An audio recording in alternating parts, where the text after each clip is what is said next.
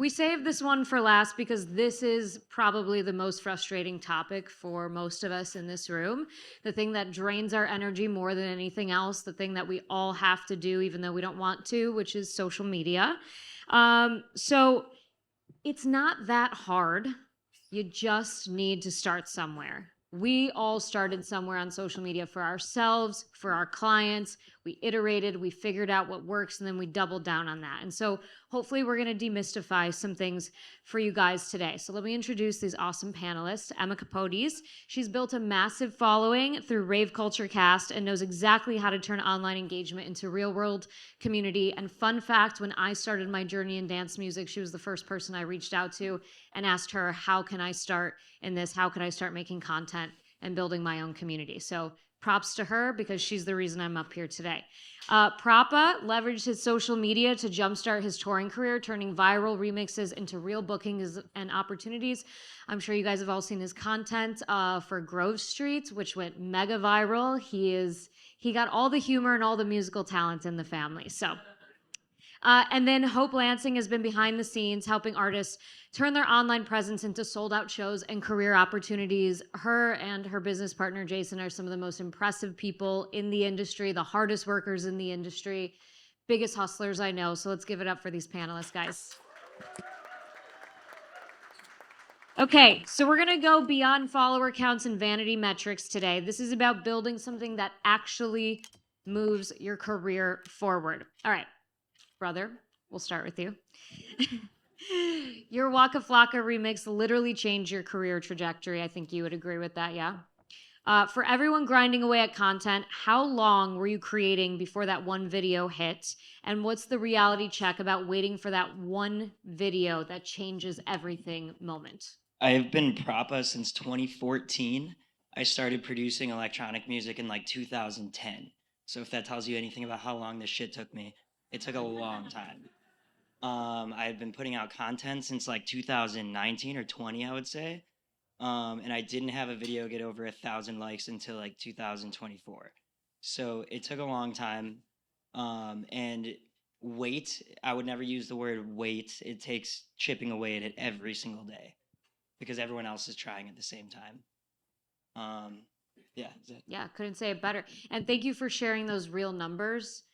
Because those, like, everyone has a number in their head that they want to hit, right? That's like, I made it moment. But do you think it's consistency in the amount of videos that are hitting like decent numbers, or do you think you need to go for that one viral video? It's a lot more about self-discovery, to be honest with you, and that's what I'll probably focus on mostly here because I feel like a lot of us are focused on getting people to like our content and not getting people to like us. Ooh, and that's like the bar. so it's not really about like how many videos did I make to learn and stuff like that. It was about finding out who I am and what I have to show people to make them actually care about what the fuck I'm doing. Period. Emma, everyone is obsessed with follower counts, but you built something different with your community. I know you got your start like on YouTube, which is one of the biggest grinds there is. So what's the actual difference between having followers and having a community? And talk about why those big numbers, those big exciting, 10K, 30K, whatever, why is that actually not that great?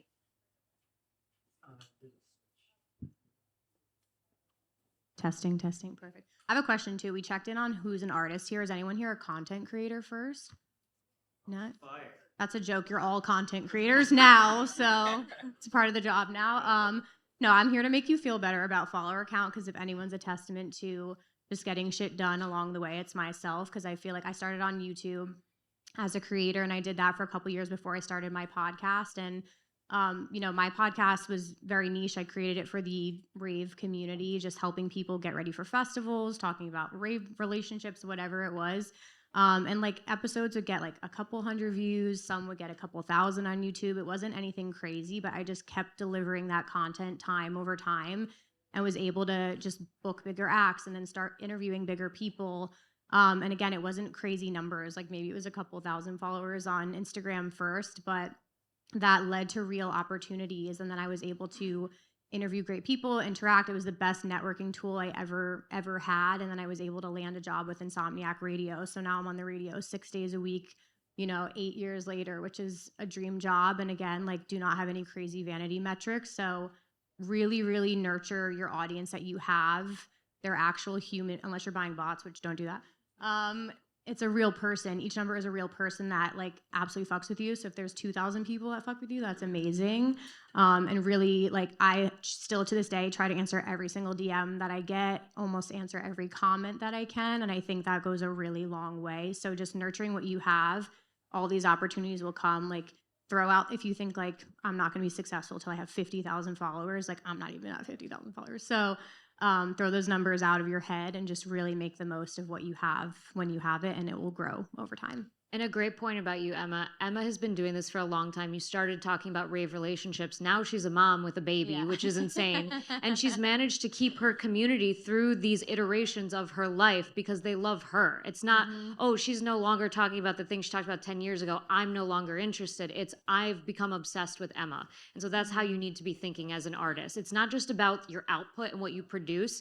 It's you. Like, it's the one-to-one human connection. People fuck with me because I say it like it is. I'm very straightforward. People fuck with Sherm because he has a little bit of a softer touch, you know? But that's why people come for him or people come for me at Chicago Music Nexus, and that's the truth. Get out of here, Sherm. Bye. See you later. He's left the building.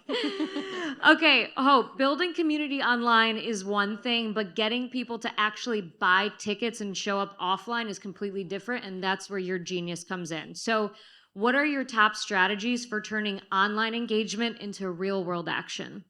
So I would say the pipeline approach is an approach that I like to take with strategy. So the content and the engagement is actually just top of the funnel, right? It's the bare minimum. But you actually want to get people to your shows, buying your tickets, streaming your music. So how do you do that? First, you make them aware of you. So with your content, you're bringing awareness. After that comes excitement. You want to get them excited about you and what you're doing. After that is going to be access, which Laylo, I think Mario mentioned Laylo before, is absolutely incredible for. And after that, you want to get them to act. So every piece of content that you're posting online, you don't want people to just envision themselves watching you online and streaming your music, but actually physically being at your shows. And that should be the goal of your content. Yeah, that's great advice. And just to like double down on all this, you guys are all here because we somehow inspired you to take action. And every single ticket was like hard fought, right? We had to prove why it's worth your time being here. So this is a lot of work. I mean, everyone up on this stage puts in more than 40 hours a week on social media. And we're not saying you have to do that, but just understand that that is the level that some people, like, they're taking this that seriously. Okay, so let's get practical then. How often should creators actually be posting, and what's the balance between quality content and then just like staying visible, staying top of mind? Whoever can start. I mean, I think it's like whatever your capacity, as long as you're consistent. That was my biggest thing. I used to be a social media coach as well. And I would just tell my clients, like, consistency is key. It's not sexy, but I've been doing this 8.5 years and it just, again, builds over time. So I think the platforms are different though. For me, I don't take it that seriously. TikTok to me is post your draft energy. Like, I try to post at least once a day on there, and it could be like any random thought in my head, or it can be like, you know, something that's very pre-planned or a clip from my podcast. I like vary it there, but I think you can just do not overthink TikTok and have fun with it. And then Instagram, I might treat it a little bit differently, curate my feed a little bit more, but I personally like to post once a day on each platform if I can. And I think posting with intention is really important. Like, if you don't have a reason to post, that's okay. You can post a story post. It doesn't need to be a really curated feed post. You don't need to be the best editor in the world. But people really want to get to know you as an artist. And if that means they're watching you run or play with your dog, like, those are all things that have intention behind them, because every single artist and every single fan, like, we all grocery shop, we all go to the gym, like, we're all people at the end of the day. So I think as long as you're posting with intention, it doesn't need to necessarily be a feed post every day if you can't keep up with that as a producer, which a lot of producers can't. They're busy, they're making music, they're in the studio, they're not editing videos every single day, but posting something is better than nothing. Post to share things, not to get attention. So like they basically covered it. You should be posting as much as you can, but if you're just posting just to post, like, because someone told you should post a lot, you don't actually have anything to say, it's just gonna make you feel worse, because that's not engaging content. So only post when you have something to say. I'll go 2 weeks without having something to say, and that's fine. But then I'll get back on the horse and I'll have a lot to say. But it's just like putting yourself, I think that there's a lot of like hustle, like culture behind like post every day. This is what happened when I posted every day. And it's like, if you don't have anything to talk about, that's just gonna ruin your brain. It's a negative feedback loop. So don't pressure yourself. If you can't post every day, don't post every day, especially, I'll probably end up mentioning it again, but like one of my things too is like I said before, you want people to like you, not your content. So a lot of times when you're in that like mindset of like I need to post every day, then you start getting into like, oh, I do this type of content every day and this, and you realize people are following your content and they're not following you. So only post when you have something to say. Yeah, that, oh, post once a day for 30-day challenge. Just so you guys know, that's for you. That's for you to work on a muscle and build that muscle. You don't actually have to post it. Like maybe create content every day for 30 days, but that's the worst. I can't tell you how many clients that have come to me for social media and like, oh, that's the advice I was given. Now, like I get zero engagement. I'm like, yeah, you fucked up your algorithm big time. And like crawling yourself out of that hole is a journey I kind of don't want to take with you. Just being honest. I will, but like it's not going to be fun for either of us. I think also just one thing, I keep turning it up. You should stop yourself if your content is not like around like you. Like if you're like trying to look for content and all of a sudden it's like I'm just gonna show other people's music and I'm just gonna like talk unless that's how you want to be seen. I see a lot of people just trying to come up with content and it's For just like content creators, yeah, curators. that's if you're a DJ, it shouldn't just be to the point where you're not even posting, like you're posting other people's music and stuff because you feel like you have to post. And I think a lot of us get in that trap and then you're stuck doing that. And no one, when they follow you, they're not following you for your music. Sorry. I have one other thing to add too. I used to do this all the time, but I think so many people are focused on views as well, but there are so many other metrics you should be paying attention to. And I used to always ask myself, what is the point of this post? Because it takes off the pressure. So if I was like, this one is for comments only, I don't give a shit if it gets 50 views, 100,000 views. I just want a lot of comments. And that relieved like pressure for me. So I used to work for a brand called Gray Area. They're big in the house scene. And I would post these little slides and it would literally just ask a question. It was just straight up text. And it's like, who's like an underrated artist we should know about right now? It would get like 50 likes, but there'd be like 200 comments on it. So think about that as well. Like, do you want this to be really heavily shared? Is it comments you want? Is it views you want? Follows? And you can look at those metrics in your analytics as well. But that always helped me too. And I think you don't need to delete your posts. Feel comfortable leaving them up if it doesn't get the engagement you're looking for. I see people delete their stuff all the time because they don't feel good enough. And I think it almost makes people uninspired to continue posting. And then they delete it and then they try again. And then that doesn't work because it's not hitting those same metrics. Like, it's okay. You don't have to delete your posts. Yeah, it doesn't have to hit every time. Thank you for saying that. And Emma, I'm glad you brought that up too. Your pinned posts at the top of Instagram are your prime real estate for showing who you are. I have a post up there that's just my podcast trailer. I didn't expect it. I posted it on Sunday night at like 9 p.m. because I didn't care. I'm like, this isn't going to get a bunch of likes, but it's going to stay as my first pinned post. So when people come to my page, they see that, oh, this succinctly explains who I am and what I do. So posts have different intentions, just like you were saying. Like not everything has to be for maximum virality because that doesn't sell out shows either. A viral post does not equal a sold out show. Okay, so let's talk about the holy grail, which is getting your fans to create content for you. So this doesn't happen overnight, but how do you position yourself so this eventually starts to happen organically? What I mean by this, your fans sharing your posts, using their tracks in their Get Ready With Me videos, or, like just posting from your sets. How can you start getting in that mindset where you have people doing the work for you? Reward your fans. I mean, think about if your favorite artist commented on a video because you used their song. Like, how great would you feel if you used Skrillex's song in a TikTok video and he commented on it and was like, sick? Like, reward your fans because the more people that participate and the more people that see that you engage with them, they're going to want to continue doing it more and more. And I think artists like Levity do a great job of this, where after their show, they'll put up on their Instagram story a Dropbox where people can actually go and upload all of their content from that night, and they'll reward the people that have the best content, right? A guest list spot on a festival. Things like that are really important to fans, and it makes them feel very special and important. And it's also a great way for you to get a ton of content that is from a different crowd perspective that you can then utilize again for marketing. Yeah, I think putting others first is also two things. One, I work for BeatBox Beverages. Shout out my BeatBox crew in back.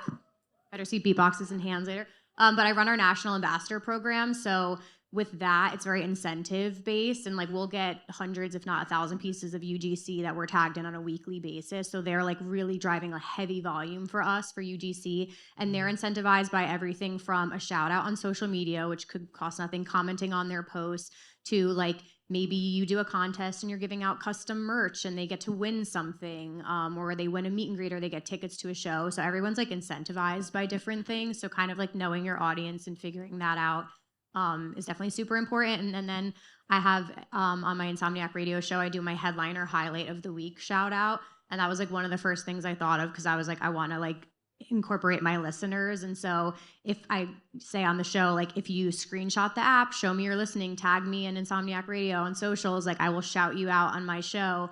And I do that on a weekly basis, and that started to get people to like post about my show. And I just wanted to show that love back. So I think that goes a long way.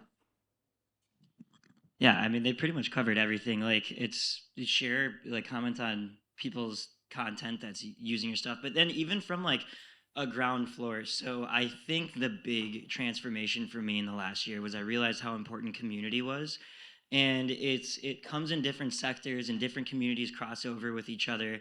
I started my community through Patreon, and it in the last year has like really grown, and I now am to the point where I have a personal connection with so many of the people that are subscribed to me. And what I've found in the last year, the answer to everything is humans. And if you like connect with people, like there's so many people that I meet once and then they use my song in a video because we met. I'll never forget, like I was at ARC Music Fest. I didn't play at ARC. I was just at ARC hanging out. And people stopped me for pictures at ARC. Someone took a picture with me and they posted from ARC, and like the photo with me was like the third stack in the post, but they used Grove Street for the post. I didn't play the festival or anything like that. I wasn't even, but like humans are the answer. And there's really no, like, you can't force a TikTok song. Like if you do, it's not going to be a good club song. So I wouldn't sit there and kick your ass over trying to make music for social media and like forcing people to like do trends with it and stuff. If they do, that's super great. But it starts with the art, and then humans are what carry it away. So like I didn't get Grove Street all over social media because I asked people to do it. It did it itself. And it started with art, and then just me connecting with people after the fact, that after I made it. So it's just not something you could force, but it's something you can foster through community and like just being a good person to the people that are supporting you, which is basically what they said. One thing I respect about Emma and Jonah, since you guys are doing this for yourselves, hope you're doing it behind the scenes. I'm sure you're telling your artists this too, is you guys are not afraid to be vulnerable, and you're not afraid to show gratitude to the people who support you. A lot of artists think they need to like be cool and like just blow everybody off and be too cool for school. But Jonah, when you have a good show, like you share that, like, oh my God, I'm emotional. This went so well. And you're like thanking individual people and promoters, and you're putting that on your feed. And Emma, you are always shouting out your community. And that means so much to people. You know, like you're never going to be too cool for anybody. And that's something that's like, it's weird. It's weird to put yourself out there, and it's, you want to give, everyone wants to give off this like presence that they're, they've been here and done that before, but that's the antithesis of community. Okay, so let's talk a little bit about platform changes, because I feel like platform changes get blamed a lot for why content isn't doing well. It's the easiest scapegoat. Oh, they changed the algorithm and that. So, what are your thoughts on that, number one? And then what's your strategy for for building content when a platform does change and they add new features or change things around, whatever? This kind of goes back to the first thing I said. So stop making content for likes. Start making content to get people to like you. No platform change can derail people from liking you. So like there's a really good artist on social media. One of the best is Baby No Money, the rapper. He's fantastic. He's the most recognizable face on my feed. Every time I see him, I click like. I don't know why. But he's never changed his content style or anything. And I wouldn't say he has a specific type of content, but he's so likable. And he's recognizable, and he's himself. Like he's 100% unapologetically himself. And it's so funny. I still have my own struggles with social media too. And there's videos where I put like zero effort into. I just did like a production tutorial video like earlier this week that like ended up doing super well, and it was literally one of those just like I literally farted that video out. There's no better way to describe You literally put fart noises in it. Yeah, like so sometimes it's just like people want to connect with your personality. So if you get people to like you and not your content, because when I say that, I mean like don't just be like, and I know this will sting for some people, but like I'm not gonna, but trends. Don't just like, trends are the easiest way to make yourself hate social media because they change all the time. And then you have to learn the new ones. Make people like you. You could post, like, Disco Lines can post one photo of himself and get 25,000 likes because people like him. Doesn't matter what your own opinion is, but that's the truth. So stop focusing on like, I gotta make this viral content, and like it's you. How do I bring everybody's likable? We all have amazing qualities about ourselves. I used to think I was a very unlikable person. I realized I was just very self-deprecative and all this stuff. Like, you have likable qualities. What is it about yourself that people tend to gravitate towards? Bring that out. Show it in your content. You never have to worry about the platform changing. I mean, how many people in here remember Vine?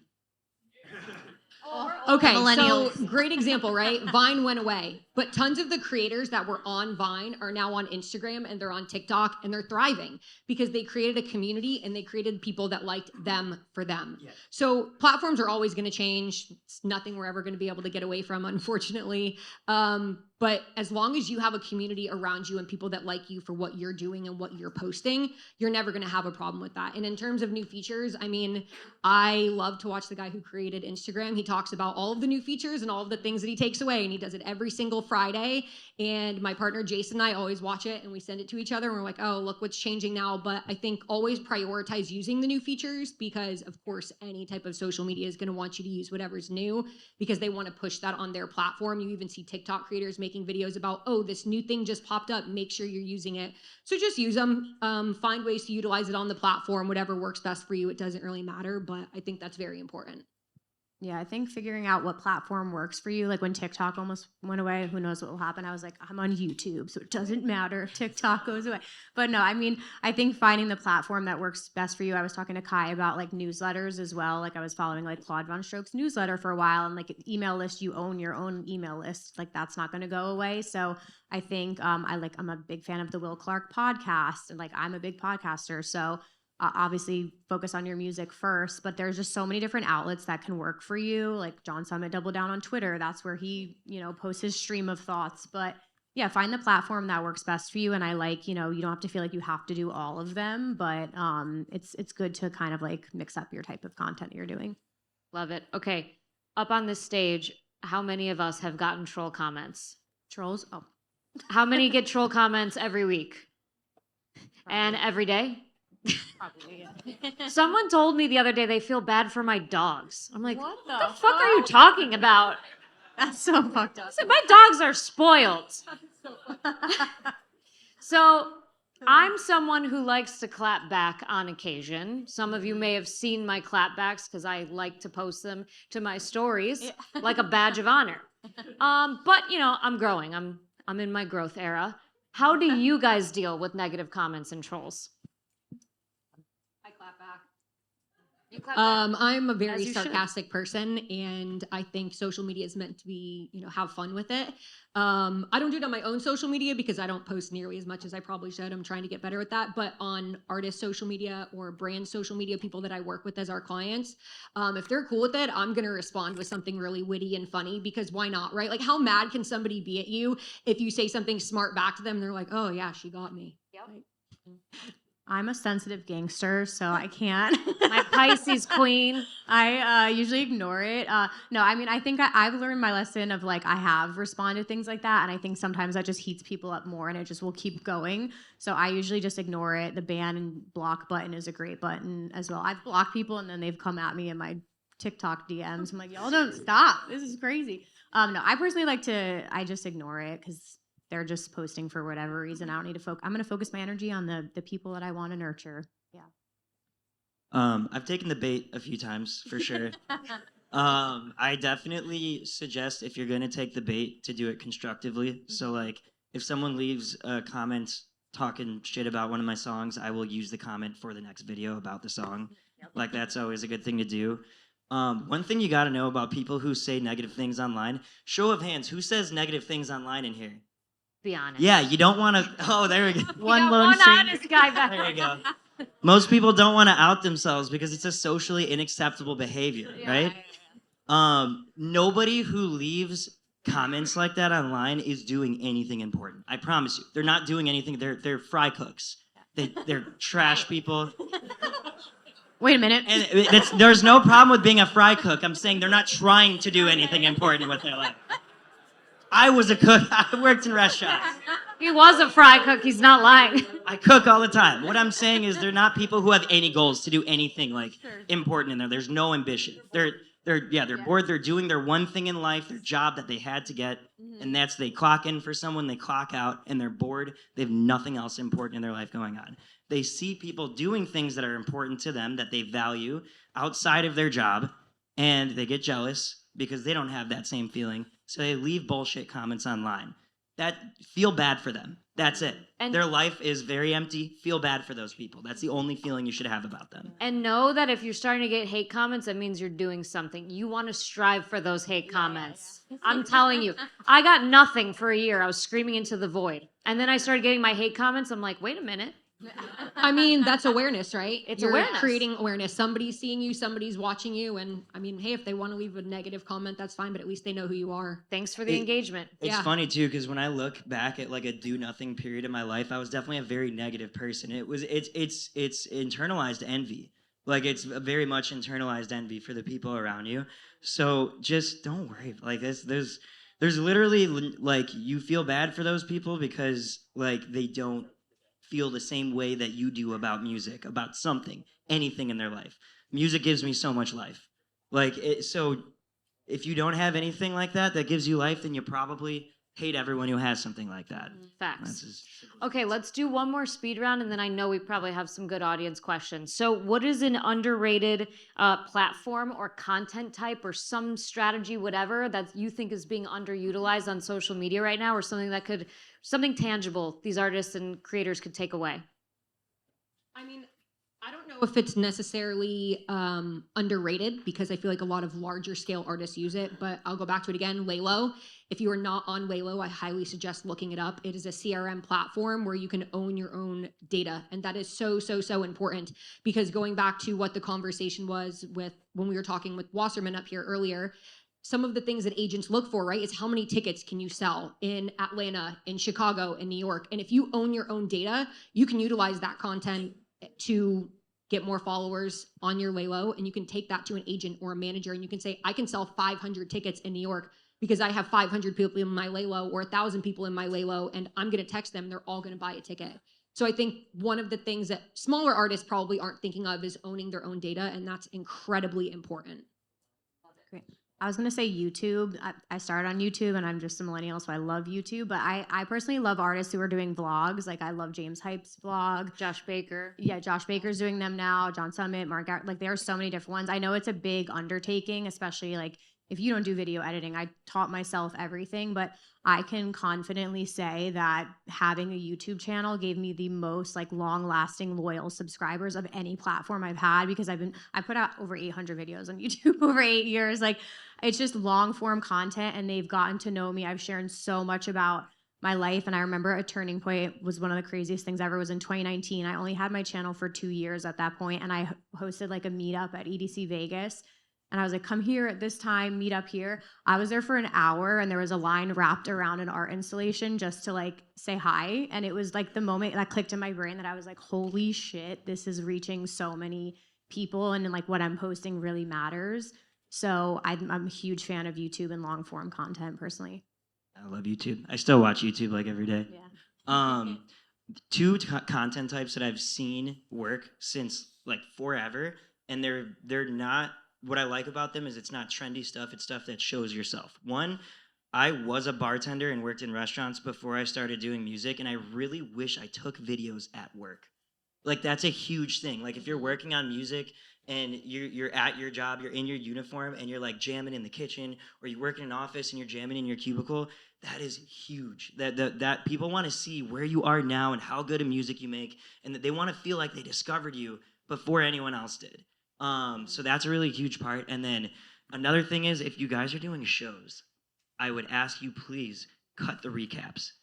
They're not going unless you are at the show. Nobody cares about like the put a song in the background and do a montage of videos. Everyone wants to feel like they were there. That's the only way that you're going to sell content from a show. So it's one thing if you're like celebrating a show and you're just kind of sharing a stack of content, that's great.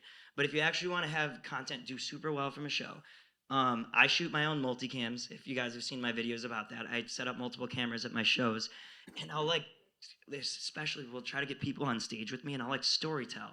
Like as long as that like it's a good mind, I won't. I've learned a lesson. Don't share people doing negative things, even if they deserve it. Even if they're giving you dirty looks and making fun of you, you still, yeah. But story for another time. But I do a lot of storytelling from like my content DJing. Like I used to wear chest cam, like I still do sometimes, and like I'll just like tell people what's going on, like what I'm doing, like point out a friend that's standing next to me in the booth, like talk about that friend, like haven't seen this friend in a while, watch them react to this, like stuff like that, like anything that makes the people feel like they were actually at the show, because I feel like a lot of us struggle with show content where you have this amazing show, you have this crazy high from it, and then the next day you post content, it tanks. And the problem is because a lot of people weren't there. Like they don't. It's content specific to the show, so make them feel like they were there. I think it's also really important to mention just be really present. And this is going to be kind of preachy, but like drink less, do less substances at your shows. True. Be present and pay attention to what's going on, because you might have that really special moment. You might see that thing in the crowd, like that really sweet thing that you end up getting video of, whatever. Be present and do. Rami gave this advice after, running a show, what went well, what didn't. Do the same thing if you play a gig, because that's your idea for content later. My content inspo always hits me when I'm having conversation. I'm like, oh fuck, write that down, write that down. That's when content inspo hits me, not when I'm sitting at my desk twiddling my thumbs.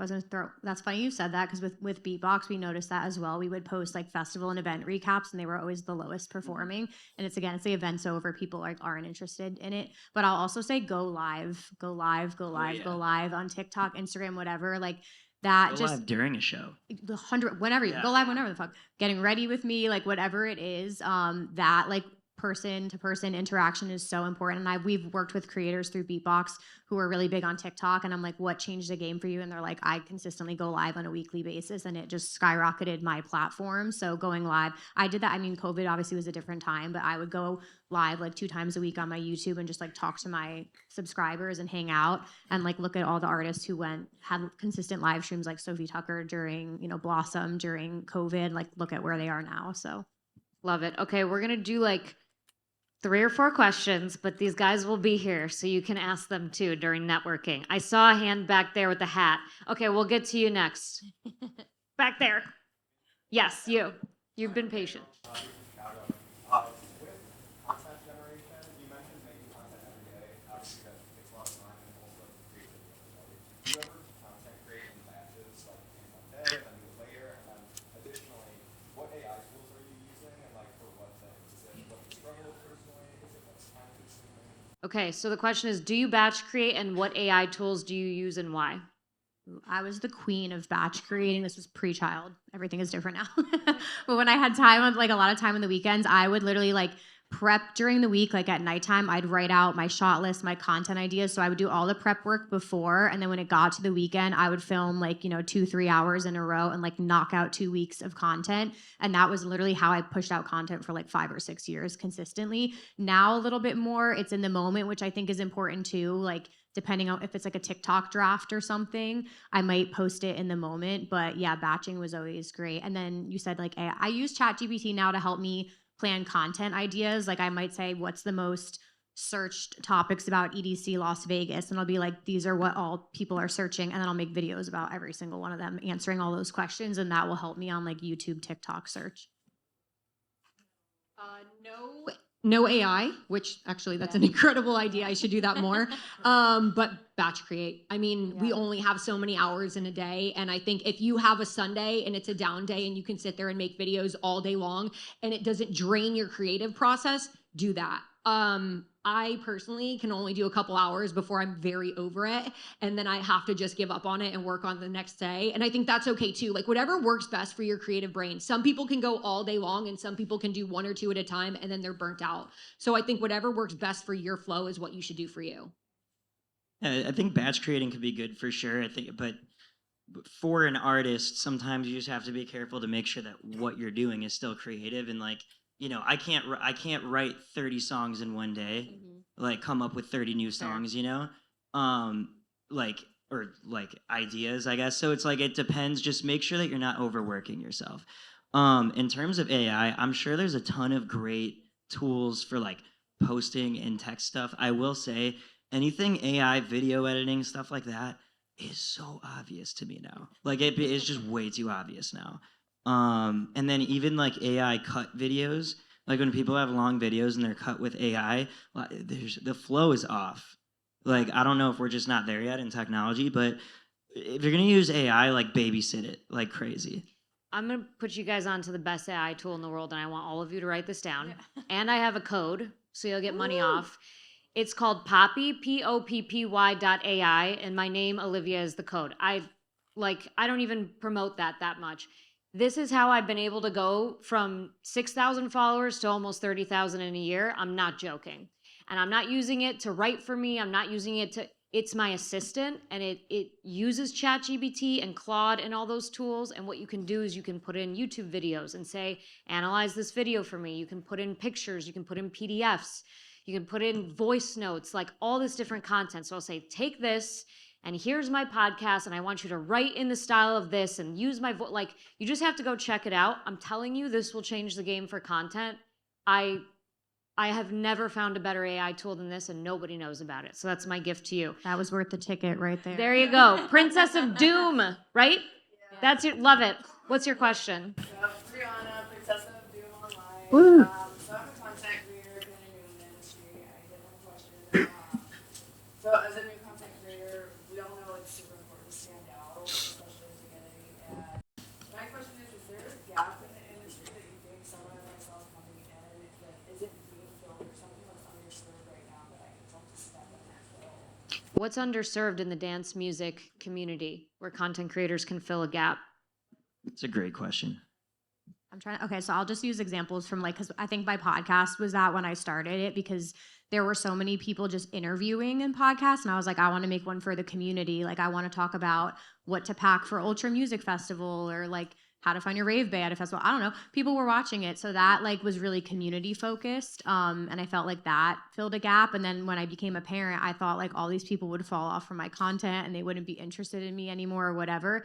And like, to my surprise, so many parents started DMing me, and they were like, I can't wait to watch your journey as a parent. I have kids. I go to raves and festivals. Like, tell me about like places I can take my kids. And then I made like a Facebook group for like rave parents. I'm not as active, but I was like, we need more like groups for rave parents. So like just talking, communicating with your audience and seeing what they're consistently talking about. And if that doesn't exist out there, then go make that thing. I think that's a great point. I actually would take the opposite approach, because I feel like content should be very authentic to you and what makes you happy and what you like. So I don't know if I would necessarily try to fill a gap that isn't there, because I don't know if that's actually authentic to you as a person, and if that content is going to resonate if it's not authentic. Yeah, like what's your specific weird thing? You know, there's other people who like that same weird thing. You just got to find them. Yeah, I mean, they pretty much said it. And you know, like I guess there's a similar perspective as an artist where like we're looking for what nobody is doing yet. And I think that's what we're all kind of looking for, right? But like Hope said, I think it's super important. Like, it doesn't matter if 1 million people are doing something. If you care the most about it, it will shine, you know? Or the most, or just a lot. If you care a lot about it, it will shine. There's how many people in this room all trying to do the same thing, and all that really matters is how much they really give a shit about what we're all talking about, you know? I mean, it's Great. Do follow what you want for sure. Like, what content do you see that you like? All right, I'm scared. Oh, okay, I saw you, so let's do this. Go ahead. Ryan from Charleston, South Carolina. A little bit more of a niche question. We talked about how like negative comments and stuff. How would you deal with like negative comments from somebody within your own community? Because obviously we're all trying to do the same thing. We're all trying to get to the next level. We have no room to be negative toward each other. I've had it happen twice. How do you deal with it in your own community? Tell him to say it to your face. Yeah, is no, not your person. Trust me. Yeah, say it to my We face. will pull up. The thing about that is like you're definitely not the only person experiencing that in your community then, and so the best thing to do is ignore it because like people like that shoot themselves in the foot. Yeah. You know. Mm-hmm. Yeah. All right, we got one in the back there, and then we're gonna have to wrap up. My name's Joey, from Chicago. Pretty much the feedback kind of you know, my biggest like deal with content is sometimes I'll like overthink it or like second guess what I'm posting, be like, oh, I don't know if this is gonna do numbers, I know I'm not gonna worry about that, or even like negative comments or like causes cringe, you know, like what's a way that you overcame the process when coming into posting and really like being yourself without having that negative thought factor? You share your music with your homies, right? You get really excited about it when you share it. You're like, dude, change your homies to your audience.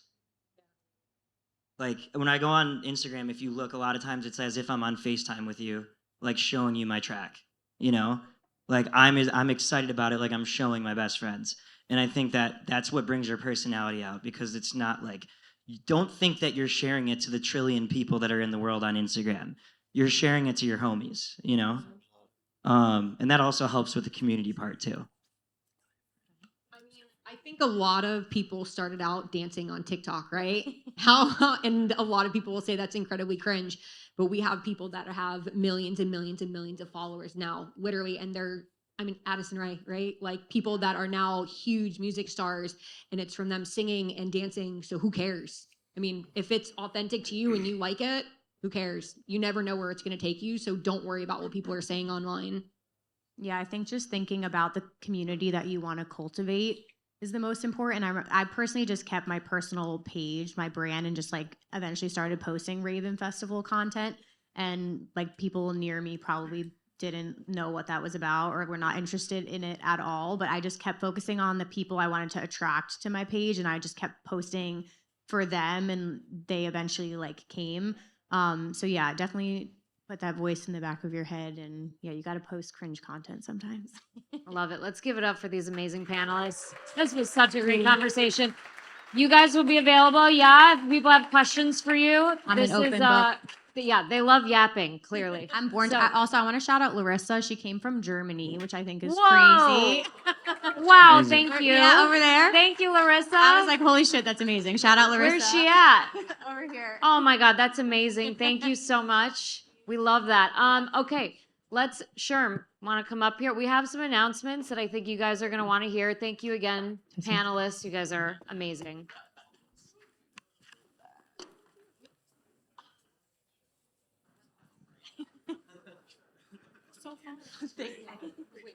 Am I giving this to him or we? Did somebody say afters? Ooh. No, I'm kidding, of course. Okay, before that. We'll get to that. I know. We'll I get just to wanted that. to turn around and make it happen like that. Yeah. Hey guys, real quick though, how good has it sounded in here? Right? Make some noise for Shaman Productions over here, man. Spencer, if you guys are throwing events in Chicago, which we've been encouraging, this guy will literally rig a void sound system. He did it for my wedding. It was way too much, but just enough. You know what I mean? And he's the man. So make some noise for him, really, because the audio is so great in here this time. Fantastic. Thank you to all our sponsors. All of our sponsors today made this possible. And it's also why we have raffle winners to pick. Yes. Okay. I better not hear anybody call Pioneer DJ Alpha Theta. Sorry, I meant it the other way. It's Alpha Theta now, guys. Okay. Did you update to what's it called? Device Memory Plus? Anybody here? You better. You better. All right. So we're gonna do a raffle, guys. The first one is gonna be this pair of headphones, HD JX7. Pretty sick. I used to have these. Very dope. Definitely destroyed them. All right. Here we go. All right. Anybody put my name in here? Kyle Crane. Kyle, where you at, Kyle? Crane. I know that name. Yeah, We've let's talked go, Kyle. on Instagram. Congratulations. You've won a pair of new headphones, Kyle. Excellent. Okay. All right, now the big one. DDJ GRV6. This one's brand new. I don't know if you guys have seen this yet. You will need like Serato or something. I use a USB, but that's okay. But this is a really, really cool mixer. My guy at Alpha Theta said it's awesome. Roy LaCroix. He's Roy the man. LaCroix. Shout out to Roy LaCroix. Ryan of Roth. He is Alpha the Theta. absolute man. Okay, here we go.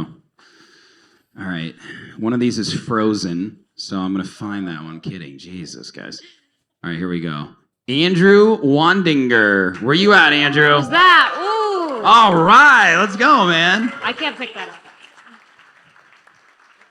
Here you go, brother. Great work. Where you from? Where you from?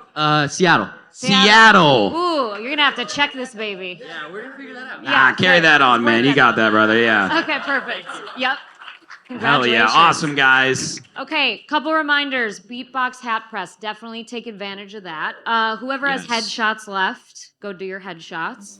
Fix your pitch over here as well. Again, it is open bar. Clean that sucker out. We have Professor Pizza here. Make some noise for Tony, Chicago legend. Eat everything, Look at drink him. everything. We don't want to bring these boxes home again. I ain't this bringing year, no please. boxes home. Fun fact, last year we had so much extra cheese, Sherm and my husband were giving it away on the street. We literally They're were just giving passing cheese out and melons and Please don't make us do that again. cases of System Seltzer, where's Yeah. Jack? Jack just ran out of System Seltzer that we gave him last year a month ago. Okay, so please drink everything. Okay, guys, so I know a lot of people are visiting from Chicago or visiting Chicago for the first time. It's really important to Olivia and I that you guys get to experience the nightlife. So at Soundbar tonight, we have Hazy. If you all like bass music, just show your Chicago Music Nexus pass at the door before midnight. You can get him for free. He's on at 1 a.m. And then Spy Bar, legendary Spy Bar, Luffy is on tonight. Amazing artist. Same thing. Just show your pass before midnight. Keep your badge. Free entry before midnight. Yep, and then we're also doing a pop-up at Professor Pizza, the new Westtown location. Write this address down right now if you want to come. Starts at 10:30. 1374 West Grand Avenue. 1374 West Grand Avenue. We have posted no marketing about this, so this is just for our Nexus people. Grassroots, baby. Grassroots. Absolutely. This is a real pop-up, not that announce a week before bullshit. Yeah, no, That's I don't not know a what's going pop-up. on with that shit. Yeah. Okay, we're gonna have- 1374 West Grand, Soundbar and Spy Bar. So I hope And you there's guys have going a to be fantastic night. more pizza for sale. The pizza here is Yep. included, but if you guys want more pizza, we'll have pizza at the shop too and some drinks. So Let's go, and please clean up to make it easier to get out of here later. This goes until 9:30ish, so we're gonna get a photo with all you guys really quick, oh yeah, though. let's do that. Yeah, let's stand up. Come on, let's stand up. Yeah. Everybody stand up. All right, everybody put your hands up like we just fucking headlined Lollapalooza.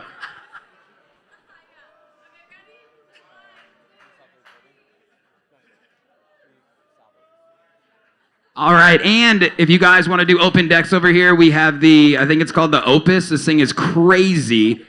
Come over, plug your USBs in, be respectful, 15 minutes each. Good music only, that's the only rule. All right, guys, music let's have some only. fun, network, Thank you. drink, meet some people, let's do it.